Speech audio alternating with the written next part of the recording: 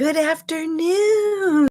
Love is love, Karen. I'm happy you're here. First, second, third, 25th. It doesn't matter. I'm tickled when you're here. You were listening to the astronauts. Oh, I really have been disengaged. My cousin lives in Florida, and she sent me the video from a restaurant watching, the rocket take off. And I've just been, I don't know, distracted today. Um, and it's a little bit gloomy here. Cold again. We went from hot where I was sweating in a t-shirt thinking, "Oh my god, it's too early for this," to me with my sweatshirt and a turtleneck again going, "Okay, it's cold." So, happy April 2nd, 2026 to my loved ones. I'm wiggling and trying to get settled. Um, Your niece sent you a video too. Yeah. Cromel, welcome. Hello. So glad you're here. So yeah, it's a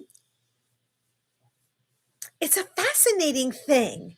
Now I'm a little bit behind on Artemis 2 and what the intention is once it lands on the moon.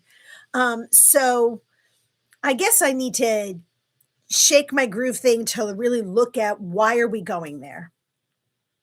Um and yeah, so I'm just looking at the comments as I'm talking to you guys. So before we jump into our topic of the day, um, and I'm also cooking at the same time, so I'm doing a little bit of everything. I just got a late start.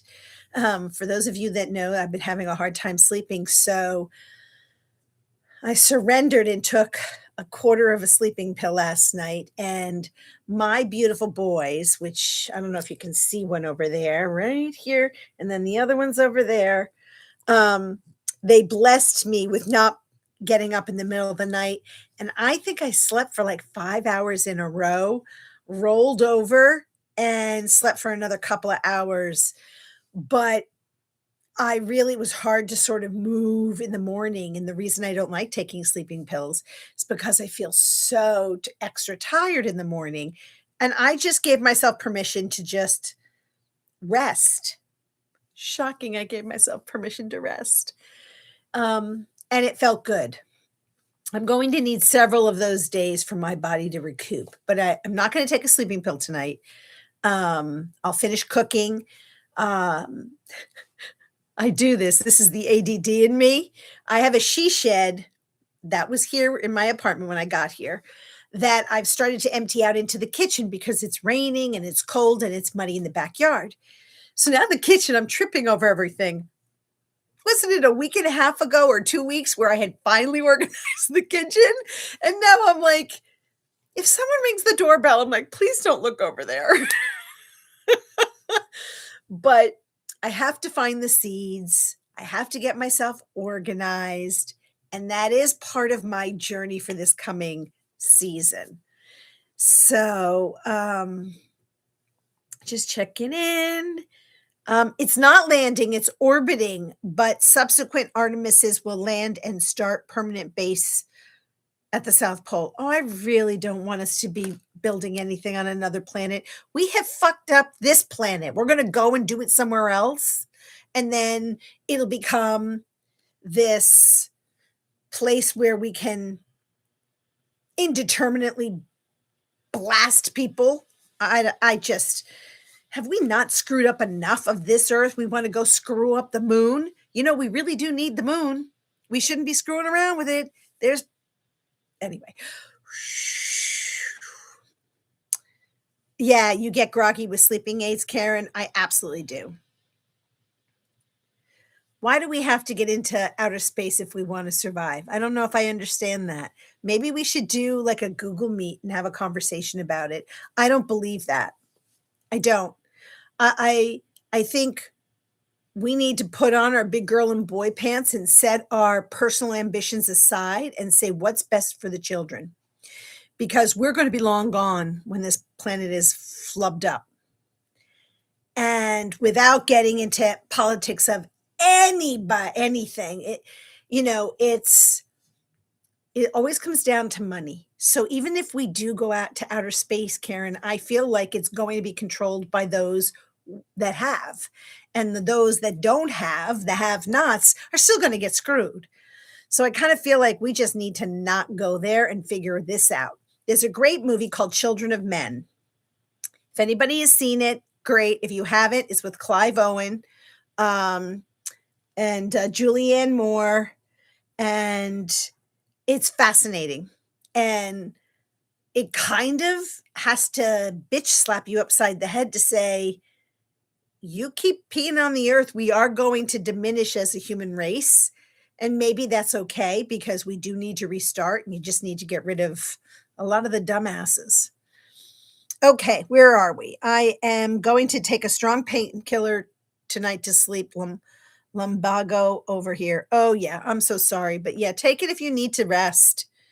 Um, there's crushed soda cans on the moon. It really seems to be too soon. There's crushed soda cans on the moon. Ay, ay, ay. Yes, Karen, I loved that movie.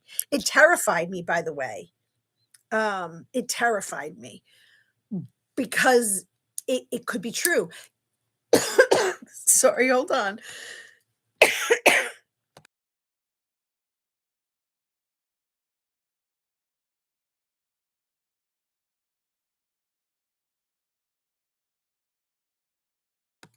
I took in a breath of air and choked myself. Go figure. Um, when I had seen when I had read um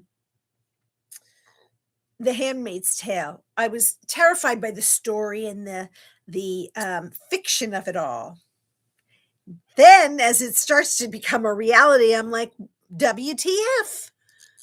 And so when I saw The Children of Men and I watched it recently, I'm like, we could go into The Children of Men. I won't be here for it. I don't think in the next 20 years, but I think it would be close to 20 years if we're not stepping back and saying, truly, what do we want? And maybe this is a discussion, a topic for another time, just even individually. How much power do we really need? How much money, when you have so much money, you can't, there's nothing else you can buy. When is enough enough? And when do you, as a human, stop looking at yourself going, well, I need a new car. Now I need a new this. I'm looking at all of these humans that look like AI caricatures of themselves. They're like, they stop screwing with what you look like. Stop altering your physical being and get your ass outside and exercise. Eat right. Take better care of yourself. Ease up on your extracurricular drug activity.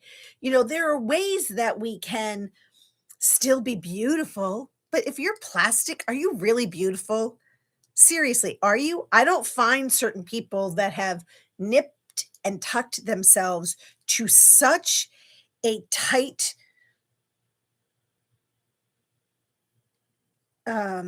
it's not even like a human look. I don't know what the adjective is. I don't find you pretty. I don't find you handsome. I don't find you anything. I find you ridiculous. And I'm sad for you, and I will pray for you, and I will send you healing light and love because you feel so small about yourself and you have everything, and it's not enough. So when we think about this just globally, and I can't even think what a trillionaire, and I don't even know what goes beyond trillionaire, like a gazillionaire. I always thought that was a fake word, but beyond trillionaire, and there are people that have so much money and so much power, but power over what in the end? If you have a people that can't procreate, that aren't educated, you just want robots, well, then make your robots. Just make your robots. I don't understand. So it's a topic maybe for another day and to have maybe some smarter people come on the channel and talk about it because I come from an emotional perspective and a human perspective and a woman's perspective and a person without money. Like, even if I won the lottery, I'm still never gonna be at that echelon. There's always the new money and the old money. I'm talking old money. I'm not talking this bullshit new money that these people don't know the rules and etiquette. So anyway, all right, I'm going to shut up and I'm going to go here and read the comments. Dun, dun.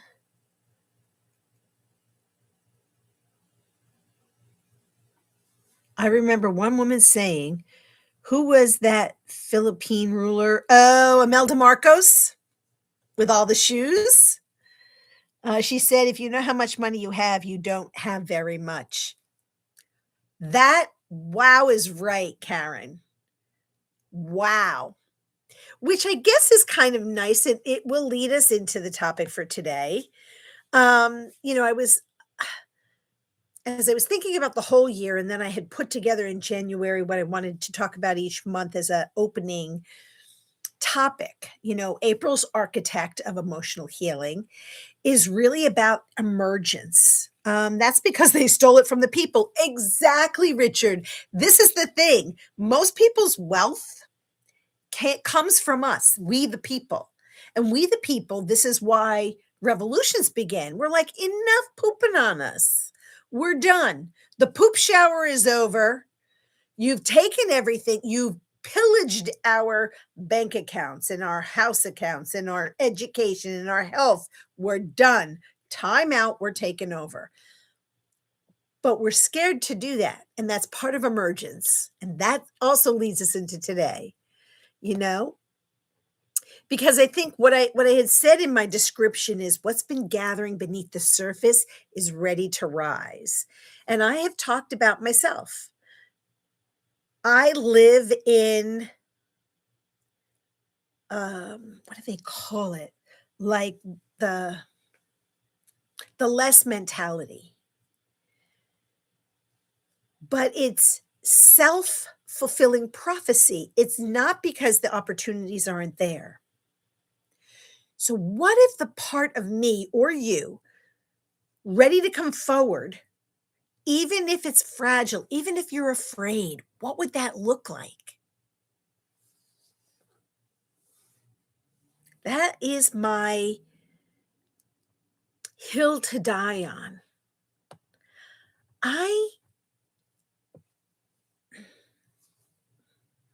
So truth telling now, not that I've been lying, but in my 20s, I literally didn't know me arse from me a-hole. You know what I'm saying? I didn't know up from down. I just went with a roar.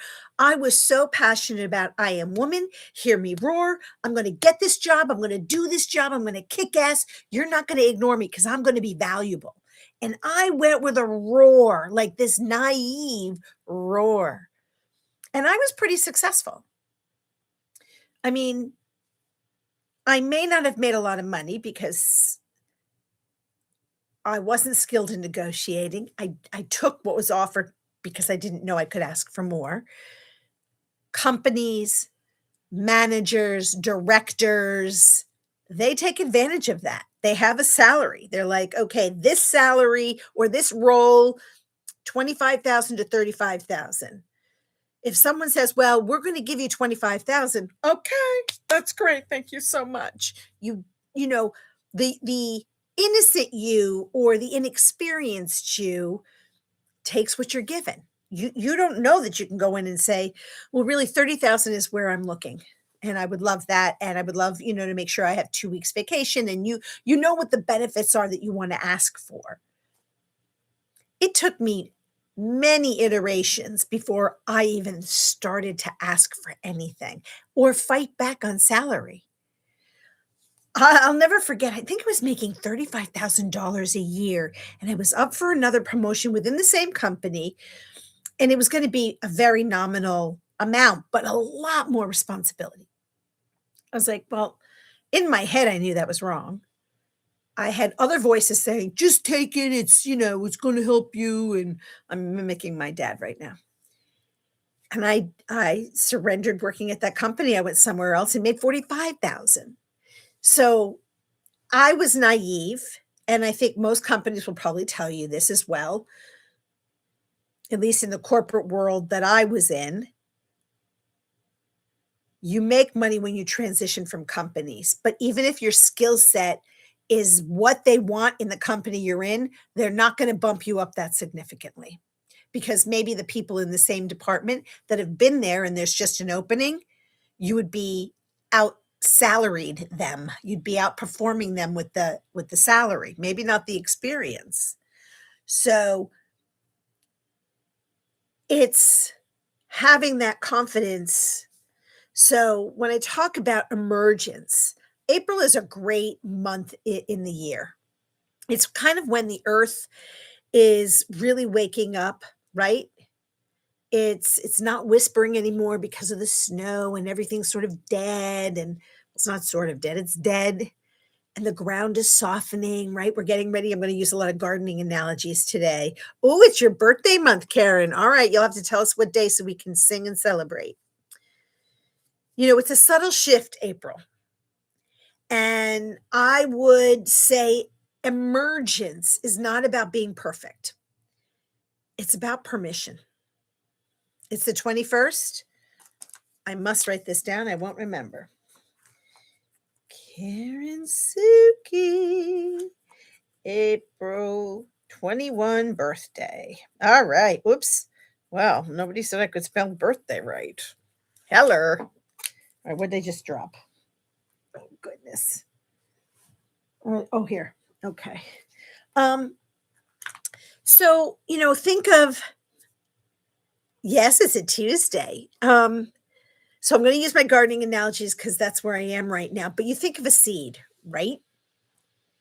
After months of darkness, living underneath the earth in its cocoon, it's quietly preparing to just peek through the dirt, right? It finally says, hello, I'm ready to be seen. I'm ready to come up.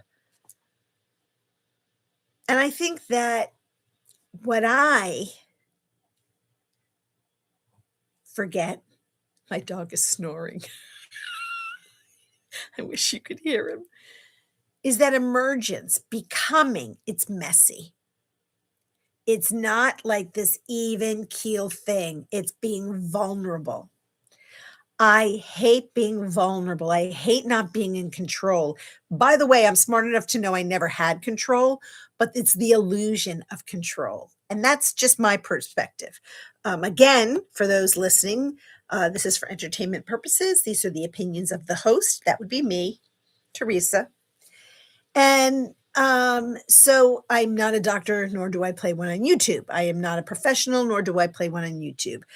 I am not a therapist, social service guru, anything. I am just me. And I think it's a sacred time, but I'm terrified. And I'm terrified because I still don't really know what I want my future to be. I know I don't want to sit on my ass waiting for it to come to me. But I'm starting this new thing where I write the pros and cons down on a piece of paper. What is it? What do I see? What do I want my life to be? Who do I want to be in my life? And that's a whole different ball game. But it's the doing. What do I want to do? It doesn't even matter about how I get there. You have to have, well, I want to be a race car driver. Okay, great. Learn how to drive, get a car, practice on a racetrack. You know, there's things that have to happen. I didn't really want to be a hypnotherapist. It was sort of, it landed into my lap. I like it, but I don't want to have a practice. I don't mind lumping it in with whatever I do moving forward in this energetic world. And I think that, you know, I know that's kind of where I want to go, but I can't envision it. And when I see someone else doing something that I'm like, oh, I could do that, then I shy away because there's a lot of work that goes into it. So if we think about the crocus, everybody know what the crocus is in the garden? It's a little itsy bitsy purple flower that will pop up even with the snow on the ground, and it pushes and it pushes and it pushes, and eventually it's this beautiful purple flower with this beautiful, almost too perfumey smell. But you think about that, right? It's not waiting for the right conditions or the best condition. Something under the earth says, now, it's time, it's now. And something is nudging me under the ground that's saying, now, do it. But I'm not the flower. I don't know what the it is. And so when you think about from, I'm just trying to think of an example. Let's just say you're a musician or a songwriter, and you've been writing songs and, for years, never sharing it. And because you're afraid, right? Sharing something or telling someone almost makes you, well, you put yourself on to be judged or to be evaluated or to be critiqued. And so here I've been writing these songs or poems or whatever you want to call them, and then you share it. The act of sharing actually makes you feel lighter. It's not about what comes at you after it. It's the act of me or you doing it, right? That's emergence. That's the cocooning of the butterfly, right? In the cocoon, right? And it's the hardest thing for a butterfly to become this beautiful thing. That's emergence. It's metamorphosis that we talk about. It's that inner truth that becomes our outer expression. And I think that's what's yes, Karen, I have listened to Brene Brown. I love her. And, these are people that are very inspiring. I don't know how they then took the next steps to do or go or be what they have become. Did they have people that were supporting them financially? Did they have people that were cheerleading them? Or did they just do it on their own? We're going to get into it, I think, but for the majority of my life, any of my thoughts and ideas and dreams were always poo-pooed. And though it came from a place of love, my self-confidence was so diminished. I think still is in some ways, because you hear those voices of, what the WTF, you can't do that. Well, like, what are you thinking? You're a woman. You don't have a husband. You don't have somebody supporting you. You don't have somebody picking up the pieces. And I think, well, there's lots of women that do have those conditions and still had to do it on their own. So I'm going to take a drink for a second.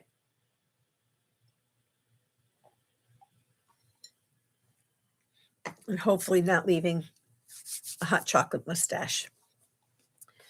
It's a cold enough day for hot cocoa. So when you think about emergence, it's like this big reveal, ta-da! But it's not really ta-da! It's more subtle. It does begin like a whisper, right? It's a subtle shift. It's a tone in your voice. It's a new question. It's, one of the things that I did, and I know a lot of women do, I can't speak for men, obviously. I'm fine. Oh, no, don't worry about it. I'm fine. When actually, I just want to tell you I'm overwhelmed. I'm overwhelmed with the process.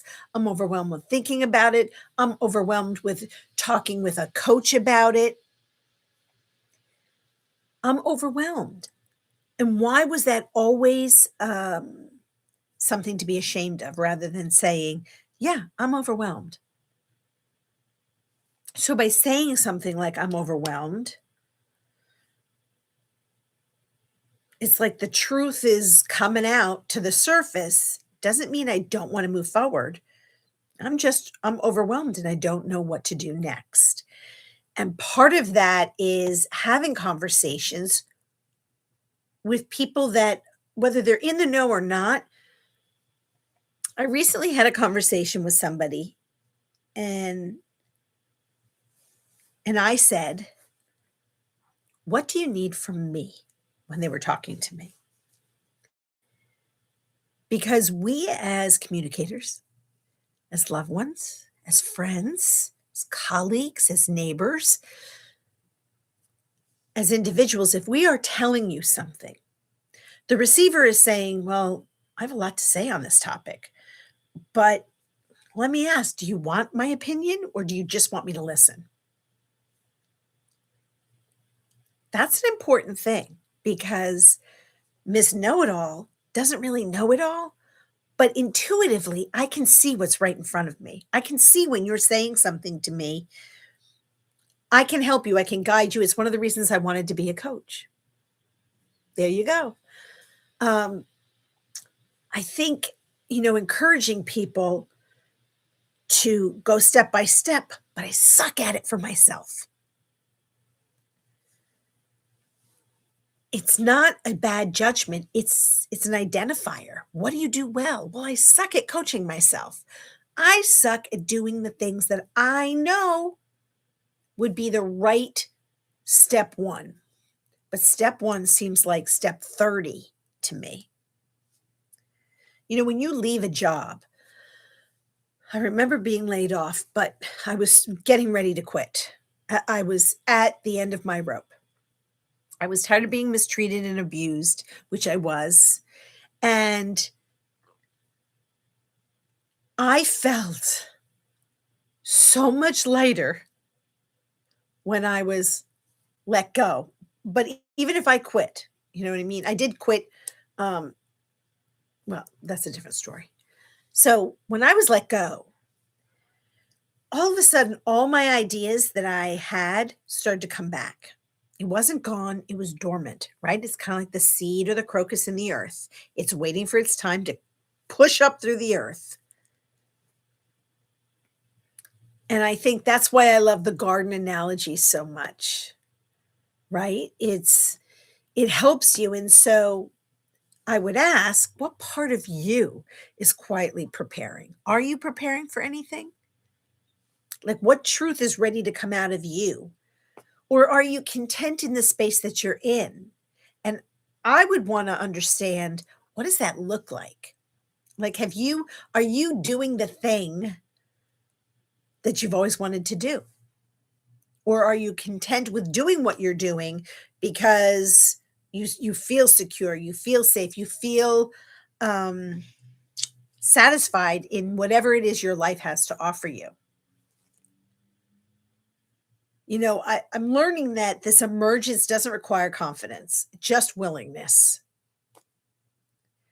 That's kind of the message that's been replaying in my head through all the notes and all the readings that I've done. I think, saying I need help instead of carrying everything alone um, is crucial for me. But a lot of women do this. They don't ask for help. I think for men, from what I understand, y'all don't emotion, you don't name your emotion. You sort of numb it. And oftentimes, if I've seen this, women will say, that guy is just too emotional. He's too weak. I'm like, what do you want? You wanted a man that you could communicate with, but now he's weak. You want this tough guy, but he's mean. Like, what do you woman person want? And if we put that out in the world, men have received, well, I need to, and this is only my observation, fellas. You can all chime in and tell me I got my head up me arse. But well, hang on. So let me just get into the comments for a second. Um, your cat snore too, Karen. The only ones left have survived to be vulnerable. I am sure you've listened to Brene Brown. Okay. Ensign Kafka, prepare for metamorphosis. Absolutely. Karen says, I was raised that way too, and just worked to support my musician husband when married. Dreams, you forgot what they were. Garden analogy, because seeds can remain dormant for so long and then they bloom beautifully. Universal Army of Love, welcome. At work, but dropping off some love and favor. I think this is Josh. Hi, Josh. And Karen says, and then came the day when the risk to remain tight in a bud was greater than the risk it took to bloom a nascent in. Yeah. Isn't that fascinating? But these are people that have gone through it. And I think that is the most encouraging thing is reaching out to connect with someone and that matters to you, that you respect. This isn't an easy journey for any of us. Life is not easy. Maybe somebody has had it easy. I would love to know that. But then again, that was your journey. And if I put my other hat on, it'd be like your previous lives, you've already learned so many lessons that now you're the example of what we could aspire to. I mean, I just want balance in my own emotional being. I don't want to always feel like I'm wrong, I'm less than. Who the hell do I think I am to want to do something? It's the what do we call it? Um, not diminishing.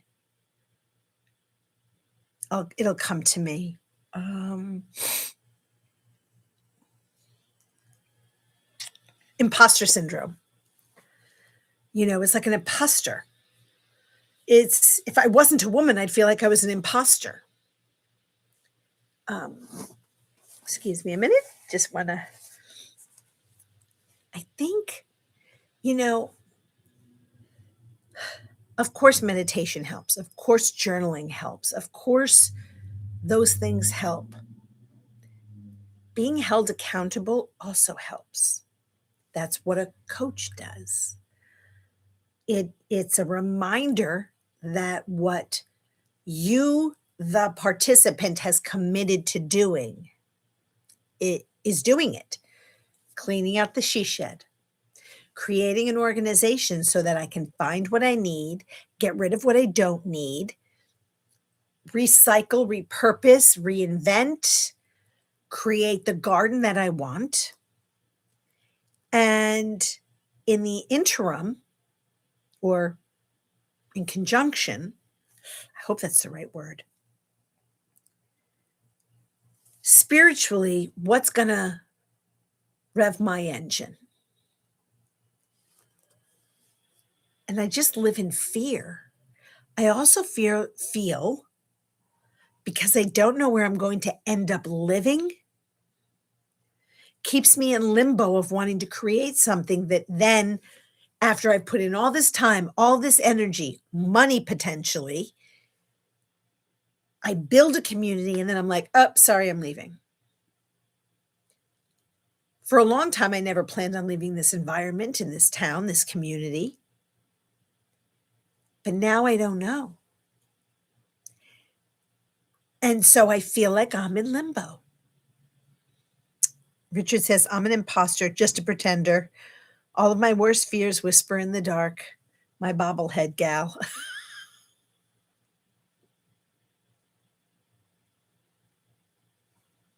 Bobblehead.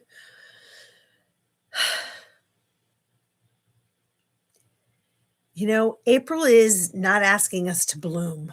It's asking us to begin. The earth is waking up every day. Lizzie Hale, is that who sang that song? I'm an imposter, just a pretender. Okay, I'm going to look that up. Every day it's saying rise a little bit, show a little bit, trust a little bit, form what you're waiting for.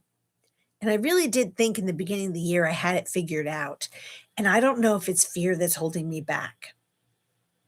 That seems to be is it modus operandi? Am I saying that correct? Or is it operandi modus? No, it's modus operandi. I think the first thing with courage is as Nike says, just do it. Take one step. But I don't know what the one step is. Maybe the one step is talking. Maybe the one step is reaching out to each of you and saying, I don't know. The earth is whispering to me, it's your turn. Come on out of the earth. Ready, explore. Come on out.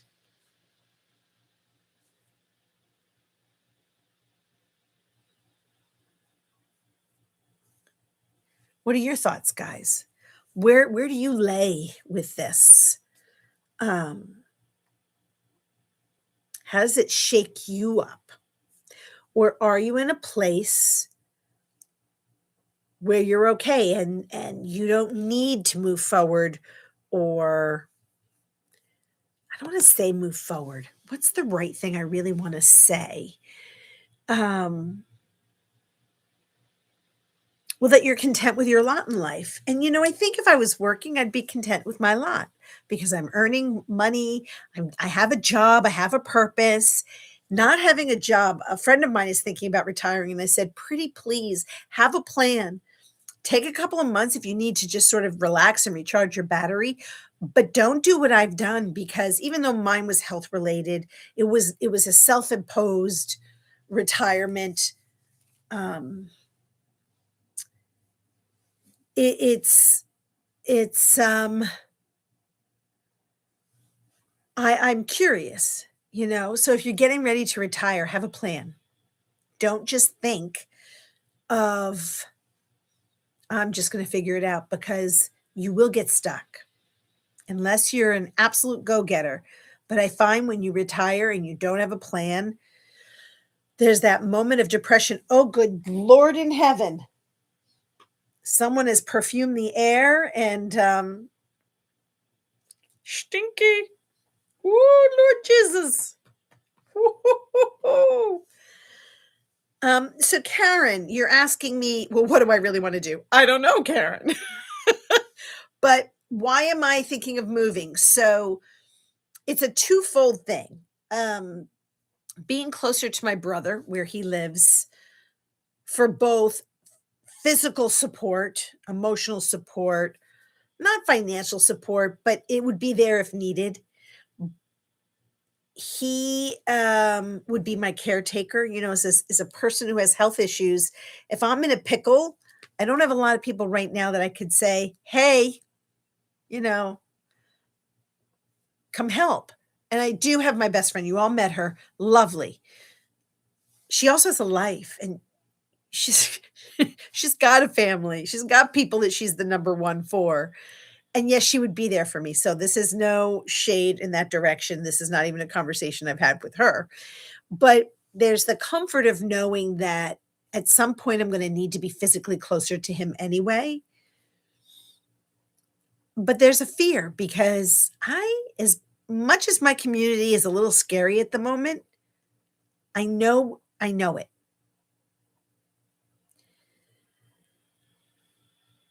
But there's been some ups and downs, and so anyway, I don't know. And if rent continues to go up, I'm going to be outpriced, even in the poor town, because I won't move to Section 8 housing, which is lower income housing. It's not safe, and I need privacy, and I need space, and I need a garden, and I need protection for my dogs and my cat.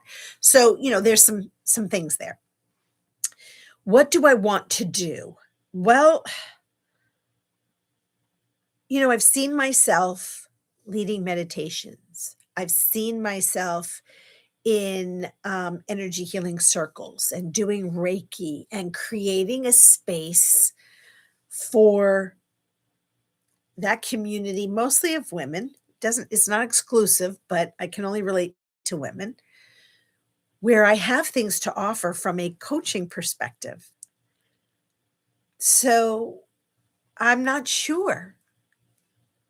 And one of the things I talked about at the end of last year into the new year was there was a potential opportunity for me to host a monthly meditation, donation based, at our local community thing shop. And I had put a proposal together, and then I prevented myself from sending it because I was afraid nobody would ever come. Now, putting it together doesn't even mean they would accept it. So no risk, no reward, right? I don't know what the hesitation. I'm used to failure. I don't see that as a bad thing. It just means I have to hone whatever it is I want. But then the idea of getting up every day and committing to something is intimidating. The go-getter is doesn't feel like a go-getter. And I do live in financial fear all the time. I it's when I planned my life, had no fear, none. I had worked, I had saved, I put money where it needed to be. I knew I'd be working till I was about 70. I knew after that, towards like from 65 to 70, I was going to be running the B&B. And so there was going to be a whole new business there. I was creating writer workshops. I was getting ready to have weekend retreats because that was the property I owned.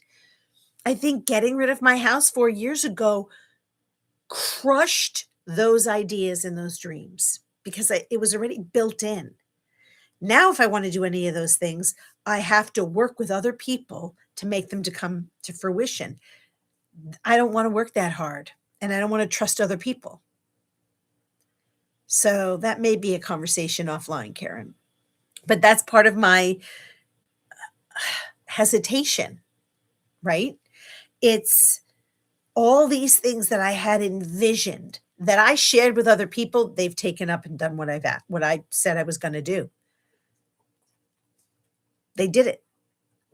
I was making soap. I gave this idea to somebody who had his own business, and he took everything that I had talked about, literally every idea, and he put it into his business before I could get mine up and running.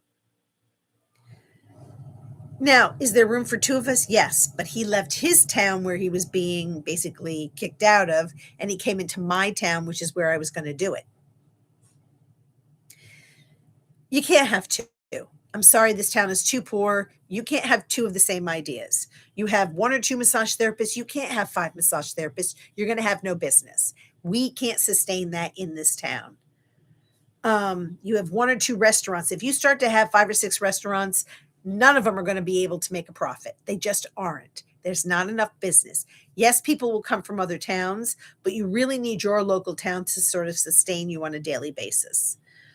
And so that's what I've learned in this community here. I've watched doors close constantly. So my ideas were new. And when I was working in IT and I was managing people, and mostly my staff was women, there were some men, but it was to raise them up. And I shared everything because I wanted them to exceed their expectations. I wanted them to take my job. I knew that I was going to keep going up or go to another company. So I was very prepared for them to assert themselves, to have the confidence, to have the language, to know what they wanted to do. It's one thing to say, I just want money. I just want to support my family. And there's no shame there. But the people that I was encouraging, it wasn't just about making money. It was finding the purpose and almost giving yourself a sense of pride that, well, I manage these people and my department is successful. Because you can take the job, and we've seen it at a global level. You're not qualified and it's becoming a cesspool. You've ruined the department, you've ruined your staff. Now what? And then you leave. So whoever comes in has to be the expert in that department. And I wanted my staff to feel like whether they stayed at the company or they moved on, they knew what was expected of them. And I was not threatened by other women. Other women were threatened by me. And I had the misfortune of being likable. A lot of women don't want to be likable in positions of power. It's a sign of weakness because if you're likable, you're not taken seriously by your male counterparts. I never bought into that way of thinking. I really didn't. I must have been incredibly naive. But when the women that I worked with or reported to were really vicious and cruel, I can handle the male, almost sexist attitude because I grew up with it. I've grown up with men my entire life. I went to an all-boys school. I was the only freshman girl in my class of 80 boys when I went to high school. I know that world. I was a witness to how it worked. I could handle that. Women being cruel to me has always been a shock. And apparently it's really naive of me, but it has always been a shock. I'm still shocked when women mistreat me. And I don't mean this in a, maybe mistreat is the wrong word, but it is a shock to me. And it's okay to not like me. That I'm not talking about liking me. It's just intentionally wanting my demise because somehow I threaten their little world. And I still to this day, I think that's part of the reason why I pull back. Is it worth it? I don't know. But I know that I don't want to be on my freaking deathbed going, God damn it, I should have just done it. Screw everybody. So there's Karen's typing up a storm here. Hold on. All right. It sounds like you need to join a circle of women, a safe space. Yeah, it's very hard to find, Karen. But yes, I would agree with you. You need to take that one little step first. Yep. I also live in financial fear, Social Security from a receptionist type salary. Yeah, it's dismal. Do you want to make glass pendants for Etsy? I don't, but thank you. I have enough soaps. I have enough crafty supplies that if I'm not doing it now, I'm just not going to do it. I was motivated at one point, and now I'm just not motivated. But thank you. You can't act like a woman to make it in a man's world. And I would say, no, that's not true. I think the one value that we have is that we are women. We should be able to say, I'm a woman. I'm not trying to be you. Bubba, I need you to have your own balls. Stand up with your own balls. I got mine. Here's what I'm saying. And I don't think, what's happening in the world, and this is the only thing I'm going to say globally, every single woman that is being fired right now in the White House, it's women. He's not getting rid of the men. Not in the same level. And it's intentional. Women need to be women. I don't think that we should take powers of position if we're going to cry at the drop of a hat, which is why I know my limitations. And I also know for many, many years, someone yelled at me. The first thing, when I can't find the words to retaliate or stand up for myself, I cry. I know, I couldn't do that in a debate. I don't debate well. Even if I know I'm right, gosh darn it all. So you have to know your strengths and your weaknesses. Could I have been a better debater? Yes, if there was training. If I had worked with people that had taught me, and really debating is really knowing your topic. If you have confidence in your topic, look at some of the schmucks that are on TV, and that's any TV show. People that, boast bullshit. They're believing in the bullshit. Think of the number of preachers that get up in front on a pulpit and spew the most ridiculous things. And people are like, oh, praise the Lord. He's been talking to Jesus. And I'm watching it going, take the rose-colored glasses off, you people. It's the presentation of the material. It's the presentation of information. But I always believe that a woman standing tall, if you can teach children, you can kick ass and take names in any position. Teachers have had to negotiate their whole lives. Moms have had to negotiate. Stay-at-home dads have had to learn it over time. It was not instinctive, right? But stay-at-home dads have an appreciation for what stay-at-home moms have always had to do. There's a negotiation. You can beat your children and beat them down and beat the sort of the fight out of a kid. But if you're smart enough, you can still encourage it with boundaries. Because even as humans, we all have to have boundaries. That's part of the reason why religion was created. We needed boundaries. We couldn't just randomly go kill somebody because they had property and we wanted it. Boom, you're gone. You look at Cain and Abel. if anybody knows their Bible. It's I think women shouldn't have to use their sexuality. I think they can use their humanness and their womanness as, well, look, they're great negotiators. Let's look at it from both sides. And yes, there are women that are great killers in the sense of they go in for the kill, for the negotiation, for the position. Great. I've witnessed them in Congress, in Senate. But if anybody remembers Geraldine Ferraro, back in the, what's that, 70s? Was she running for president or vice president? I can't remember now. Jesus, I should remember. With a quietness, but a fierceness. I think of Sandra Day O'Connor. I think of, Ruth Bader Ginsburg. Tiny, tiny, tiny, itsy bitsy little woman with a voice like power, resonating power. She didn't have to surrender her womanness. She didn't need to be a man. She needed to be in a man's world, and showed that she was smart enough and understood the way the world is.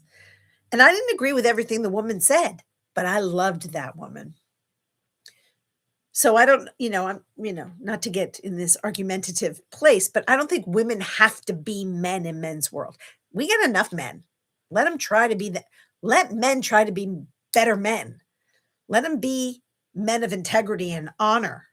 I don't see a lot of that. I'm sorry, I just don't. There aren't examples that I could open a book right now or a TV show or something and say, oh, he's got honor. He's got integrity. I struggle with finding that. I find a lot of cowards. Dum dum dum dum dum.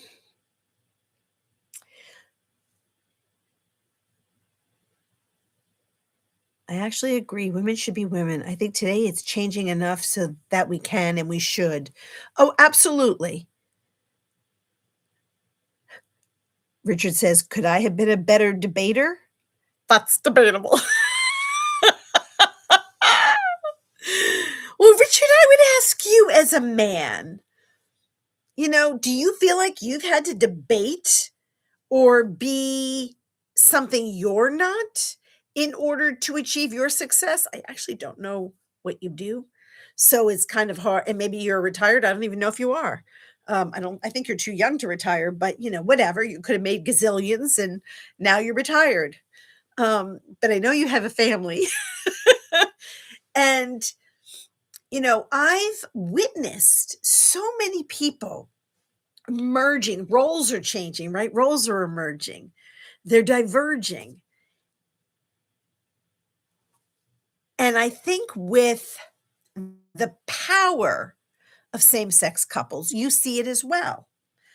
I've witnessed that in my own family with people that, you have 2 men, 2 women, the roles that they created, the rules that they have created, the way they manage their households. It's a negotiation. Who's doing what? When are you doing it? Do you do it together? Is one better at a skill than another? Yes.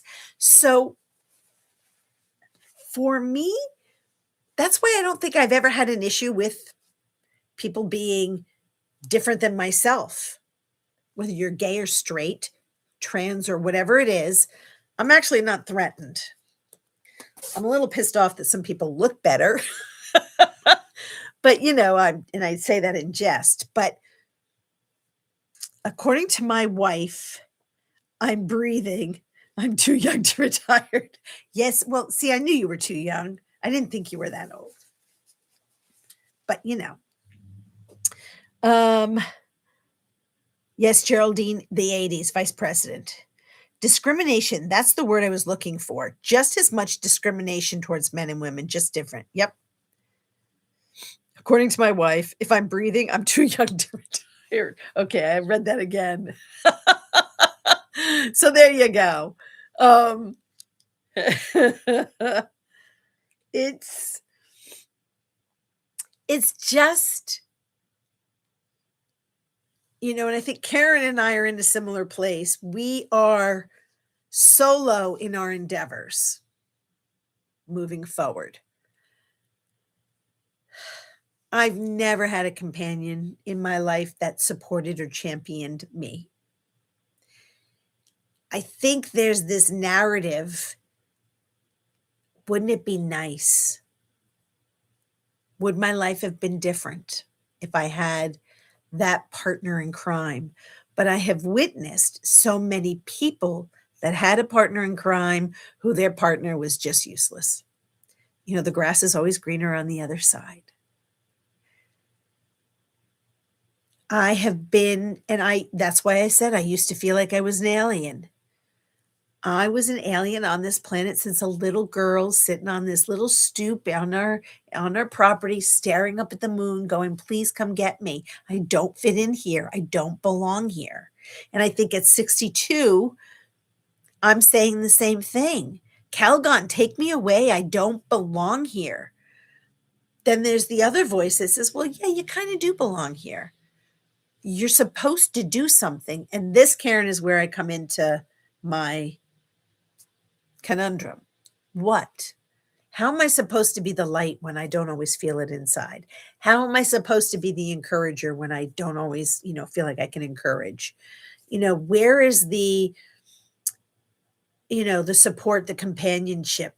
I adore my brothers. They are, it's not their job to be my companion. It would be nice if I could say, "Take care of me, help me." They do in a lot of ways, but it's not their job. It's my job. We have been projecting onto other people to help us. And I've been doing it alone so long that days like, or weeks like I've been having the last couple of weeks, I'm like, it's whiny. I just want somebody to help me and take care of me and, lift me up and encourage me. That's my whiner. I'm a whiner. Anybody remember them for Saturday Night Live? I would do that, but just whiny.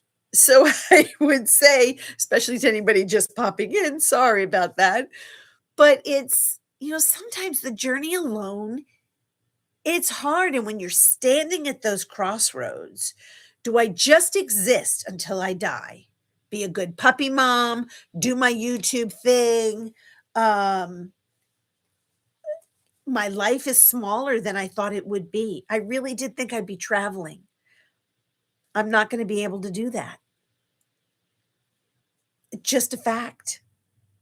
I don't bemoan that part, but how can I travel outside of the narrow confines?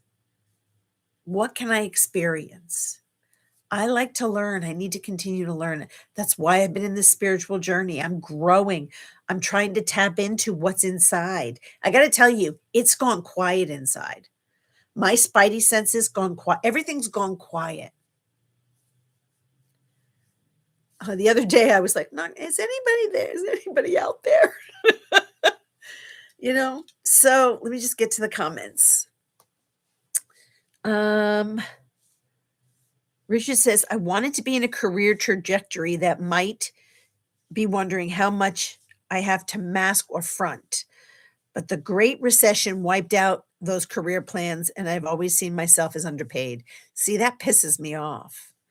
Though not underemployed, as what I do is ridiculously difficult. Oh, I don't doubt it, but it's so frustrating that, and again, so this is what I've always seen the conundrum from men, especially if you're the sole supporter of your family. It's not so easy to just change jobs so that you get more money. You could if you had no other risks. I'm looking at some of my girlfriend's sons and daughters. They're bumping from job to job, and they are moving up that career track. They don't have kids. Some don't have partners. Most have, some kind of a part, but they're not married yet. So they have the luxury of taking those risks because it's not, well, do I have enough food to put on the table for my family? if you're a family of 4, for example, mother, father, 2 kids. Then you bring in, well, now I got my parents to take care of or help support, whatever. Um, Life happens. So it's, you sort of stay where you are because A, sort of the rules of the company. Um, and when I had my first heart attack, that's when my career trajectory changed because I was afraid and I was aging. So I didn't feel like I had youth on my side to start bopping around so much. And I stayed in places longer than I should have because I was afraid no one else would hire me because I was aging. Um, yeah, your neighbor helps you more than your family. Yeah. And I don't know if that's right or wrong, Karen. There's an old world vision that I have that families should help each other. We're not designed that way anymore. That's what I've been told. Richard says, I examined patent applications in biotechnology. Ooh, wow. He's a smarty pants and he supervises other people. Karen says, plus, we are sort of getting back to the days of the Waltons. Families live together again to survive this economy. I'm not there. I don't know that. Richard says, I'm not the sole support. My wife makes 3 times what I do. Part of the close off of my career path was being a remote worker dad long before COVID to enable her to take a traveling job. Heavy. Yeah, God bless you. And God bless her, Um, and I also would say that that's amazing that you could do that and that she could do that. I'm also not one of these people that feels like a man should be making 3 times what his wife makes. I say whatever your job is, as long as you don't feel like you're being peed on every day in your world. But when you have kids, it's a different story. And that's not something I can relate to. It just isn't. I don't have them. When my mom was living with me and I had my house, I was going to have my house no matter what. The fact that she moved in with me wasn't a burden because I had the space, of course. I was able to pay my bills without her being there. So her coming did not burden me. But my decisions were burdened because if I wanted to just quit and run a B&B and knew that I was going to take a huge pay cut, it now impacted her life. So I didn't do that. And she wasn't keen on the idea, but yet she lived in the house. So could I have done it against her will? Sure. Is that how I wanted my mother's life to be? No. It was a consideration when she moved in with me, what we were going to do. All right, let me get back. Dun, dun, dun, dun. Oh, New York Debs is here. Hi, Debs. 38 jobs from 15 to 48, sometimes 3 at a clip. 3 businesses, and I've lived alone for 25 years. No family, no kids. Yeah, girl. I never felt discrimination. Matter of fact, women qualify for minority business loans. Yeah. Good for, oh my God. We girls should have a chat one of these days. Carmel says, I didn't care what job I had. I always quit when I didn't like it anymore. But it was in times when there were enough jobs available. Absolutely, Carmel. That's the other thing. And here's the thing about that. Carmel, you bring this fantastic point up. The world is definitely shifting, and we are going more AI and technology, and we are going more robotic. I think I shared with you the last time I was at the grocery store, there's this big machine that's washing the floors, going around in the grocery store. That's a human job that's being eliminated. That's happening more and more. So where are the lower level workers going to go? They're not going to run Fortune 500 companies.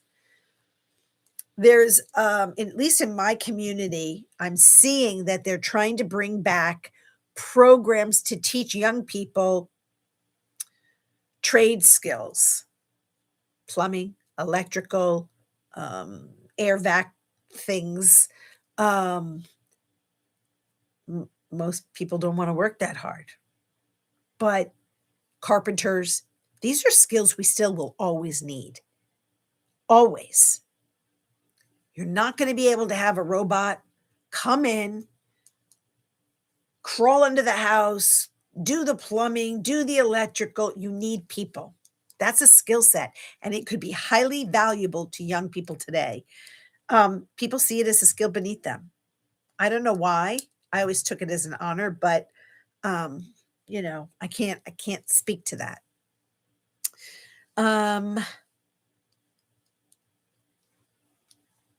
Did I see Ben come in? Ben's here. Was a great program on Diary of a CEO this week on the very last thing. Oh, great. Okay, I'll take a look. I like him. Yeah, I watch a lot on the Diary of a CEO. I'm just fascinated by how. Whoops, I'm all lopsided. Hold on, my head is lopsided. And those things give me inspiration. And people have started from nothing, but I look at their age, and I'm the one making it an age issue, people. So you don't need to tell me. I get it. I'm afraid to step out of my cocoon. It's one of the things that, even Mish has inspired me. She has sort of stepped out of her shadow. She's still working on it really hard. And it's tough. It's not easy to do. I think I watch some of my friends. They have done some of the things that speak to them. And then there are others that are just doing a job, making money. And we'll have to start all over again when it comes retirement time. The world is going to be different, though, when we retire. I think traveling amongst other countries is going to be harder for a while. Not now, not permanently, but for a while. I think starting businesses, we need to evaluate what kind of a business is it, and is there a true need versus something we feel like we want to do just for giggles. And so, it takes time. These all take time, and these take hard conversations with yourself. And if you have a partner or somebody or a community that you can say, I'm thinking of this. If it were you and you were in my neighborhood, would you want to attend something like this? And I think that that's part of this emergence. This is me I'm the crocus. I'm the tulip that's starting to push up through the ground to say, okay, pretty soon you're going to see me. But, as I'm breaking through, are you going to cut me off? Or are you going to let me bloom? And I say this in the generic you, not the audience you. There's no lack of work. I live with a contractor, just local needs right now in a little town. Yeah. And I think that's, Debs, I think there is such an opportunity for trade work. And I think it has been dishonored by people. And I always thought of my dad, he was a trade worker. He was a butcher. He did some great stuff, and he was a great community leader. And my father donated more to more organizations and more charities and more firefighters and more police departments. He did so much for his community. I think he had more value than the local politician. You know what I mean? So, and that's not to diminish that position. I think local leaders can be heroes for their community if they're doing it for the community. Are we leading because we have an idea and we know that it's going to benefit the collective? And no, I'm not talking communism, but you know what I mean, right, guys? Ben says, when it comes to mapping, at least so far, AI can suck big green beer fart. Well, or at least it does more often than not. Been trying to use it in mapping, but so far, Carmel says, I'm retired and travel has been harder than ever was due to COVID rules. Yeah. Deb says, we have to go inward and many are in pause and we cannot feel guilty for the pauses and resetting and resting. Yep. It can do some engineering. Okay. Yeah, but trades, and there is a lot of demand for US for trades. Yes, absolutely. Debs, this is where I am in the latter part of my life, going within. I hate AI too. I don't hate AI. I mean, I think there's a place for AI. I think there's a place for robots, if you will, in specific situations. I know several heart procedures and brain procedures. They don't shake, rattle, and roll, but they need a human to be there that says, yeah, I'm reading blah, blah, blah on the machine. A computer only says, that's my goal. I'm going to go. It doesn't really matter if she's seizing on the table. I'm going to keep going. So there's pros and cons to AI, to robots, to mechanical experience. I'm not that worldly or bright or no, that's diminishing me, but I'm not that global in my thinking to say we should or we shouldn't have these tools. We think of the cavemen. They had fire and they made fire and they figured it out. And then you had the next generation and the next generation. Each generation created and built tools, um, whether it was alien influenced or not. I mean, people experimented. We have a house, we know what insulation is, right? We have 3 paned windows to keep us warm. Not in my apartment, but in some apartments. You know what I mean? I mean, we have cars that we are always growing and moving and morphing and making things, in theory, better. If we had a smaller human population, that might be okay. But when you take away jobs from a population that don't have specific skill sets, you create dissension, right? Because now people are hungry and they're being relegated to jobs that are the shittiest jobs in the world. But they don't have a choice because they weren't college educated. And I don't believe you have to be college educated to be successful, by the way. My father was not. My mother was not. They were successful in their own rights. I was college educated and it took me 40 plus years to get where I got, because I didn't have the negotiating skills, right? So there's always this little whatever. Um, and I was never a fighter for myself. I was always a champion for other people. And I don't know where that came from, but I just knew it instinctually. So I think the as we emerge in the month of April, before spring really kicks our ass into the summer months, and we start growing things and we start blossoming and we start blooming and all the gardening, analogies. Sometimes we have to take the time to think, well, what is it that I really want to do in this life? And how do I want to personally grow? And I am turning this inwards. What is it that I see my next step being? Because my life isn't over. Whether I have 20 or 30 years, it's not over yet. And I don't want to just be sitting on my ass for 20 or 30 years. And so the truth comes into these conversations. I'm just going back to the comments.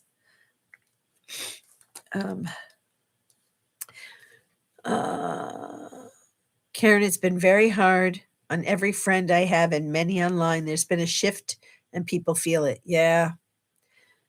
Cromel says, yep, Karen, can't enter the States and Canada anymore, for instance, because I'm not vaxxed.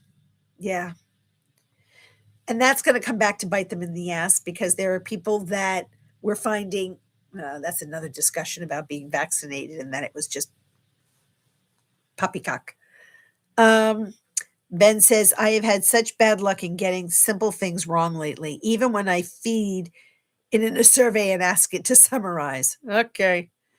Richard says, oh, duh, before we end, that Lizzie Hale / Sophie Lloyd song, Imposter Syndrome. Okay, thank you. Thank you, thank you, thank you. I'm going to put that on my play it for us. I think I would get dinged. And if I ever go, if I ever make numbers, I don't want to do that. Ben says, I really think the way they are using large language models trying to brute force their way to general intelligence is starting to gain such opposition. Yeah, AI is trying to answer my emails. I didn't have that issue. Wow. Karen, AI generated junk email responded to by AI. Oh my God, you guys are cracking me up. Guys, I didn't realize it was 6:15.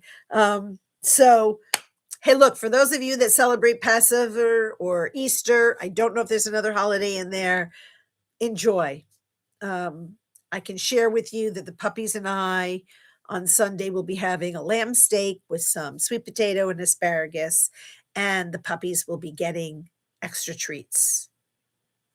Maybe. I love him. He kills me. Yeah, I know. We're talking about you. Um, and I think I'll get myself one Cadbury egg because those are the kind of candies that they only give you. You can buy singly. I'm so thrilled.